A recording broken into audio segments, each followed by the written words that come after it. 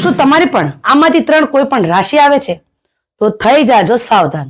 તમારી વાતો તમને જીવનમાં ગરીબી ભોગવવા માટે મજબૂર કરી શકે છે અને તમારી ભૂલો તમને બરબાદ કરી શકે છે.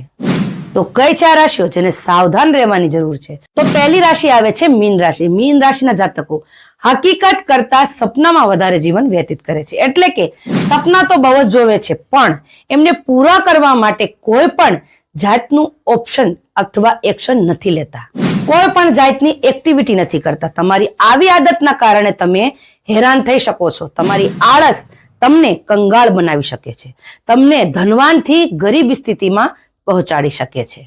બીજી રાશિ આવે છે કર્ક રાશિ. કર્ક રાશિના જાતકો બહુ જ ઇમોશનલ સ્વભાવના હોય છે, કારણ કે ખોટા માણસો પર વિશ્વાસ તરત કરી લે છે અને છેલ્લે છેતરાઈ પણ જાય છે.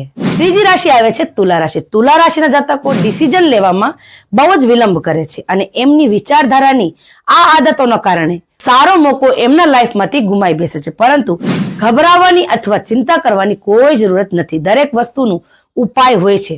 જો તમારી લાઈફને વેલ સેટ બનાવવા માટે તમે ડિસિઝન ના લઈ શકતા હોય અથવા કોઈ પણ પ્રોબ્લેમ ચાલી રહી હોય તો એમનું સોલ્યુશન તમારી કુંડલી દ્વારા દરેક માહિતી તમે લઈ શકો છો.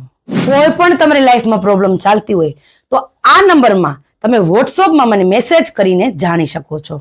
હવે આમાંથી તમારે કોઈ પણ રાશિ આવતી હોય તો મને કમેન્ટમાં જરૂર જણાવી દેજો અને વિડીયોને આ રાશિના જાતકોને શેર જરૂર કરી દેજો. અંતમાં જય માતાજી લખવાનું ભૂલતા નહીં.